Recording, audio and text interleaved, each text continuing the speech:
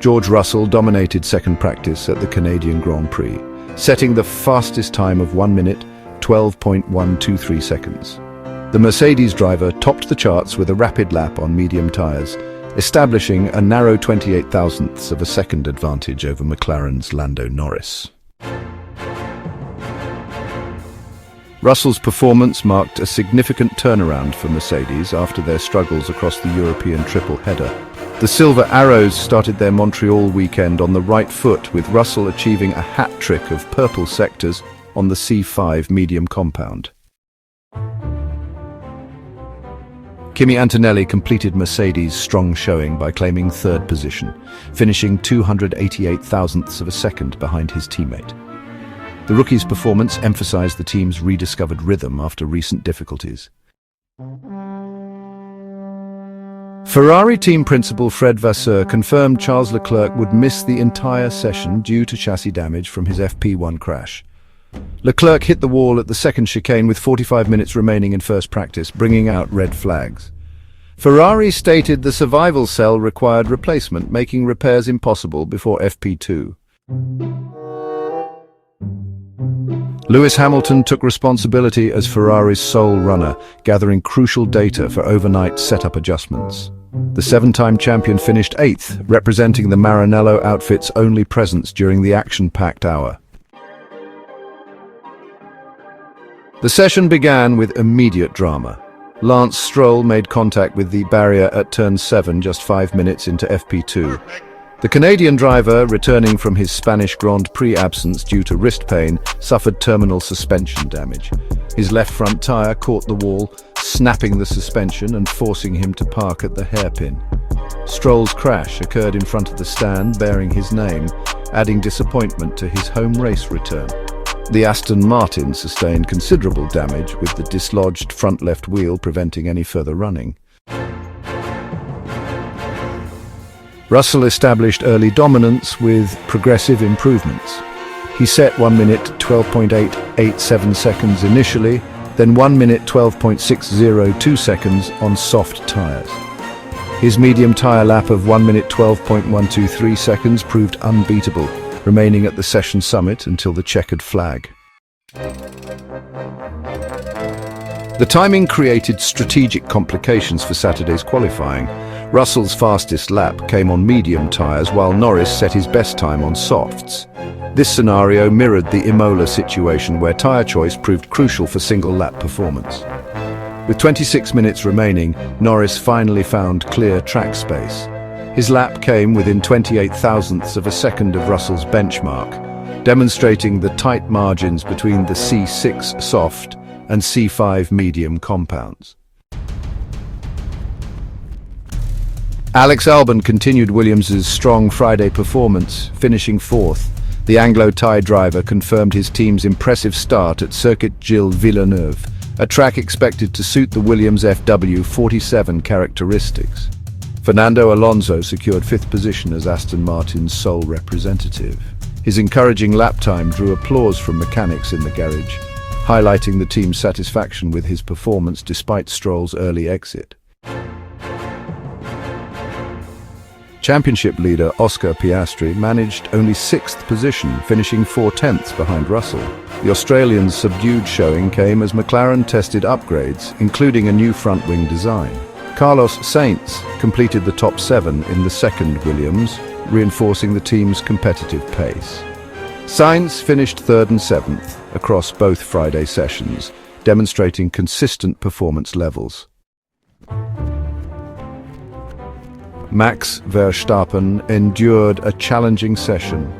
Despite topping free practice 1, the reigning world champion looked destined for a position outside the top 10 until a late surge on medium tyres elevated him to 9th. Verstappen reported significant handling issues over team radio, saying, "The car is jumping like crazy in the rear, like the ride is terrible." Verstappen's late improvement bumped Racing Bull's rookie Liam Lawson from the top 10. The New Zealander finished narrowly ahead of teammate Isaac Hadjar, with both drivers expressing frustration about Montreal's traffic conditions. Traffic proved problematic throughout the session. Franco Colapinto became involved in multiple incidents, with Liam Lawson and Alex Albon narrowly avoiding collisions in separate encounters. The Alpine driver suffered his second spin of the day at the same location as his free practice 1 incident. Colapinto managed only 17th, despite having clear track space during quieter periods. McLaren's championship leaders made a comparatively slow start before Norris's improvement. The team leads the Constructors' standings, with Piastri holding a 10-point advantage over Norris after 9 rounds. Both McLaren drivers initially struggled with the final chicane, repeatedly missing the corner and using the runoff area. Hamilton replicated this error, raising his hand in frustration after his own mistake. The lack of rear grip observed in free practice 1 continued affecting multiple drivers. Teams responded by increasing medium tyre usage over the softest compound, seeking improvement. Both McLaren drivers initially struggled with the final chicane, repeatedly missing the corner and using the runoff area. Hamilton replicated this error, raising his hand in frustration after his own mistake. The lack of rear grip observed in free practice 1 continued affecting multiple drivers. Teams responded by increasing medium tyre usage over the softest compound, seeking improvement. Russell felt significantly more confident on medium tyres compared to his teammates. At the session's halfway point, he held a commanding 0.5 advantage over Hamilton at the top of the timesheet.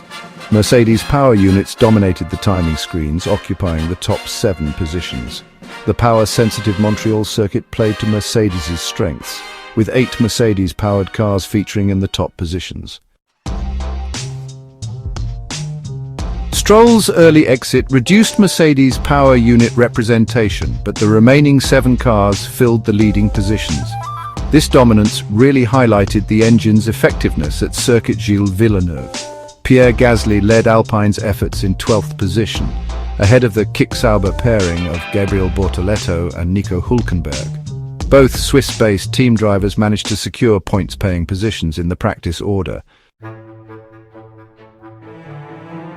Yuki Tsunoda struggled to extract pace from his Racing Bulls machine, settling for 15th position. The Japanese driver's difficulties, really contrasted with his teammates' stronger showings in the top 11.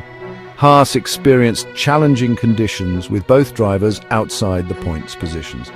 Ollie Behrman finished 16th, while Esteban Ocon claimed 17th, both struggling for competitive pace. The session's final phase saw drivers shifting focus from pure speed to data collection. Teams prioritized gathering setup information for Saturday's crucial qualifying session. Russell's benchmark time of 1 minute 12.123 seconds compared favorably to historical standards. The lap came just over a tenth slower than his pole position time from the previous year's Canadian Grand Prix. Last year's qualifying saw Russell and Verstappen share the front row with identical times.